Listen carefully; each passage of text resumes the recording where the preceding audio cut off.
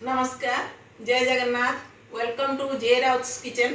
मुझे बहुत बढ़िया रेसिपी गोटे आपण आनी तो बहुत पिला माछ खाते नहीं समस्ते चिकेन प्रिय किंतु सब माँ मैंने चाहती जे आम पिला मैंने केमती माछ खातु तो मुझे आज गोटे माछर रेसिपी आनी तो से रेसिपीटा आप देखिए आ छोट पिला भी माछ खाया राजी होइजिबे कहीं माछर कंटा थाए से बहुत पिला राजी होते खायापी किंतु मुझे गोटे रेसिपी आपको बताऊँगी आप करेंगे खाइबे देखिए छोट पिला भी खाई पारे। तो मोर रेसिपी ना हूँ फिश आमलेट। तो चलतु आम तैयारी करवा फिश आमलेट।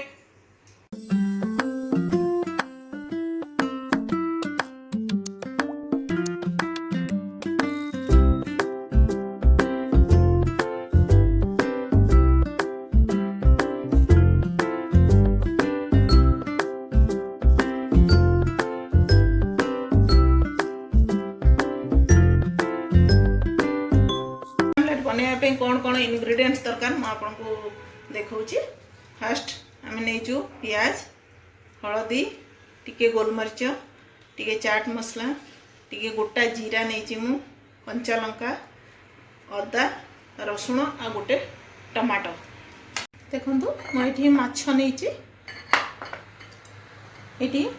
सोरिष तेल नहीं कि भिनेगार नहीं आउ बाइंडिंग मु अंडा नहीं मु जो देखी आपको अदा कंचा लंका आउ रसुण तार पेस्टा बनी किंतु पेस्ट पूरा मीन हेनी से दरदर छेचा करी जदि देवे ताले टेस्टा आहरी बढ़िया आसो। तो ये मुझे धनिया पत्र आउ किछटा करी पत्ता भी नहीं ताकू मु काटी देती ये किसी गरम मसला नहीं। चलतु आम गैस लगेगा देखो गैस लगे आउ कड़े रे पानी बसई पानी पूरा भल से पूरा फुटीज फुटिला आम माछ पकेबा। तो किसी समय आम पानी फुटापी वेट करवा। देखो पानी पूरा फुटीगला तो ये आम लुण पकेबा आम किसी भिनेगार नहीं भिनेगार पकेबा 1 स्पून भिनेगार गैस रो फ्लेम को आम बढ़ाई देवा। देखो पानी केते सुंदर फुटुची ए समय आम कौन करवा माछ को से छाड़देवा।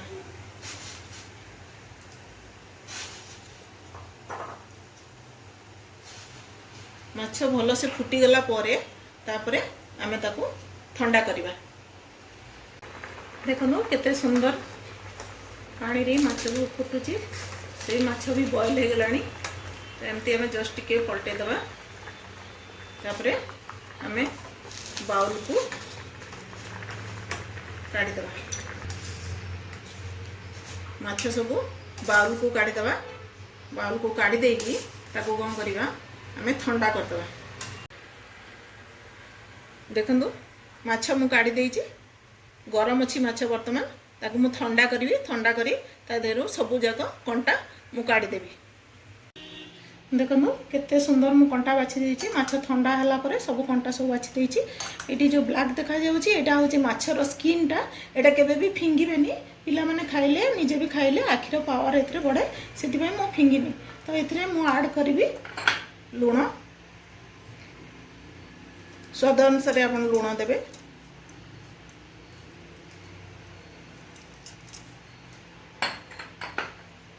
तापरे मु टिके हळदी ऐड करबी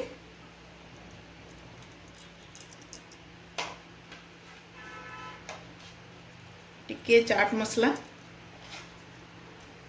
आ मुझे गोलमरीच नहीं गोलमरीचटा ऐड कर हमें भल से मिक्स करदे। देखो पूरा बहुत बढ़िया से मिक्स हो गला। मिक्स है आम कौन करवा एबे पियाज ऐड करवा। किंतु पियाज मु काटी थी तो जदि आपण पाखे चॉप करने चॉप मेसीन अच्छी ताले आप चॉप करेंगे नचे तो आप छुरी भी काटी पारे। तो मुझे किसी पियाज एथरे ऐड कली मु गोटे टमाटो नहीं थी टमाटो को भी चॉप करी तो मु गोटे टमाटो एथरे ऐड कली। नेक्स्ट मु अदा रसुण कंचा लंका आ जीरा आपको मु ग्राइंड कर देछि किंतु पूरा मीन करिनी आ धीरे धीरे एमती दरदर छेचा जदि आप करें बहुत भल हम फ्लेवरटा बहुत बढ़िया आसो। गोटे स्पून मुझे पकेली मुझे धनिया पत्र और करी पत्ती कट कर आड करी बोली देखो छोट छोट पीस रे काटी देछि। आउ गरम मसला टिके नहीं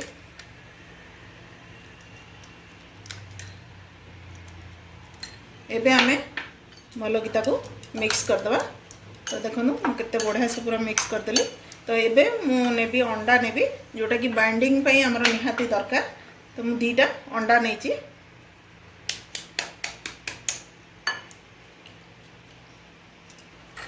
एबे आमे सब मिक्स करदबा।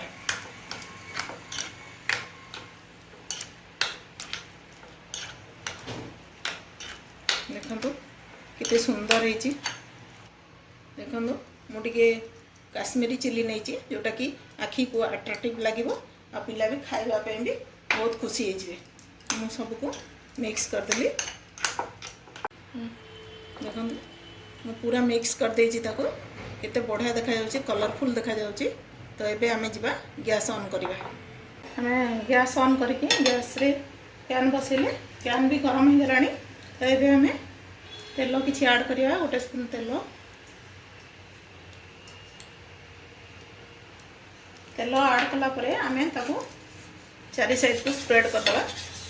तापरे आमे टिके सोरिष पकेबा एना सोरिषटा ऐड कले आमलेट बहुत बढ़िया लगे टेस्ट भी भल आसीबो आ लुक्स भी बहुत बढ़िया आसीबो।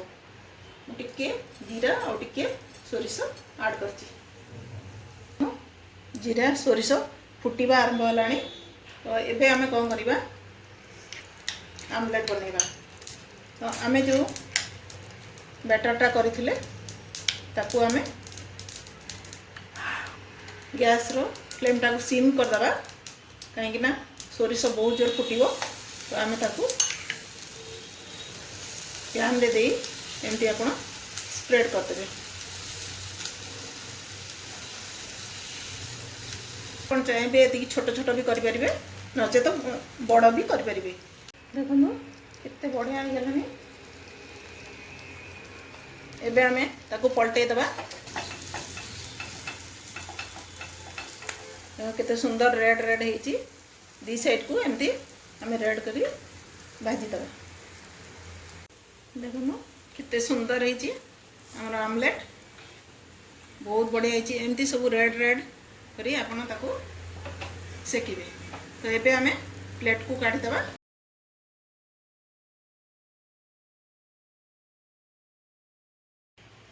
देखो आमर फिश आमलेट रेडी हो गला।